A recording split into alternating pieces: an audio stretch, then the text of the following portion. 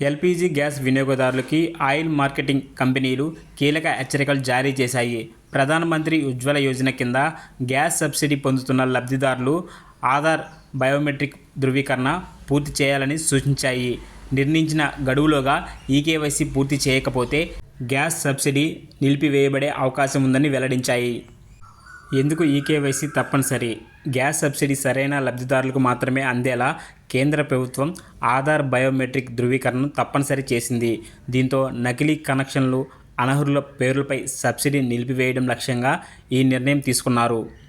EKYC ఎలా చేయాలి? సమీప గ్యాస్ ఏజెన్సీ సందర్శించండి. ఆధార్ కార్డు మరియు గ్యాస్ కనెక్షన్ వివరాలు ఇవ్వండి. బయోమెట్రిక్ ధృవీకరణ పూర్తి చేయండి.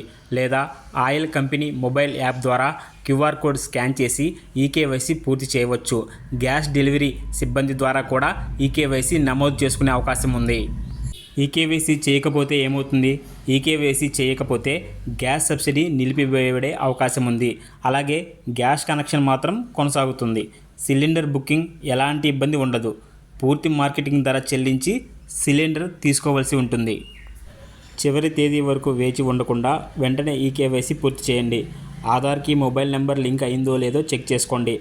అధికారిక గ్యాస్ ఏజెన్సీ లేదా మొబైల్ యాప్ ద్వారానే ఈకేవైసీ చేయండి. ఇంకా ఏమైనా సందేహాలు ఉంటే మీ గ్యాస్ డిస్ట్రిబ్యూషన్ను సంప్రదించండి. ఇలాంటి మరిన్ని ఇన్ఫర్మేషన్ కోసం ఇప్పుడే మన ఛానల్ని సబ్స్క్రైబ్ చేయండి. అలాగే లైక్ చేయడం మర్చిపోవద్దు.